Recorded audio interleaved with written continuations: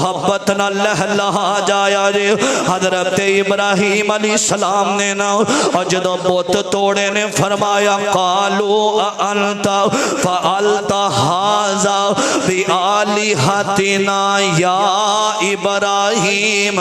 ایک قوم والے واپس آئے نے آکھیا ابراہیم ساڈے رباں نال زیادتی تو کیتی ہے۔ فرمایا اپنے بڑے نو پوچھو کبیرہم ھذا فاسألوہم ان کانوا ینطقون۔ فرمایا اے جڑا بڑا ہے اینو سوال کرو نا تے سارے آمدے نے فارجعوا الی انفسہم فقالوا انکم انتم الظالمون۔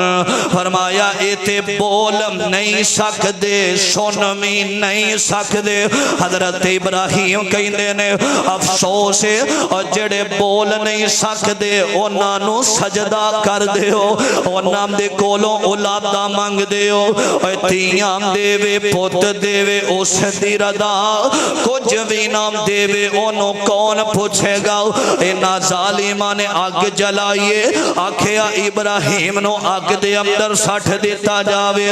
انہاں قریب کیتا وے نا تے لوگوں فرشتے آ رہے نے آمدے نے ابراہیم حکم کرو نا اسی آگ نو بجھا دئیے اسی پانی پا دئیے۔ ابراہیم فرمان دینے فرمایا میرا باپ بھی کھڑا ہے میری ماں بھی کھڑی ہے، اے بھی میرا کیس لڑن واسطے نہیں آئے، مینوں تواڈی بھی ضرورت کوئی نہیں تے مینوں صرف اور صرف ضرورت پتہ کی دیے۔ فرمایا الہکم الہ واحد، مینوں اللہ ہی بچائے گا۔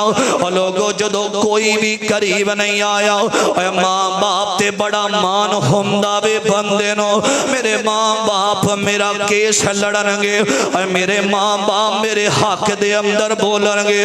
ابراہیم سجے ویکھے آوے اے باپ آزر کھڑا تے اکھیاں برس گئیاں کہ میرا باپ کافر مسلمان نہیں ہویا۔ اے سجے اپنے ماں نو ویکھے آوے انہاں ظالماں نے آگ دے اندر سٹھیا۔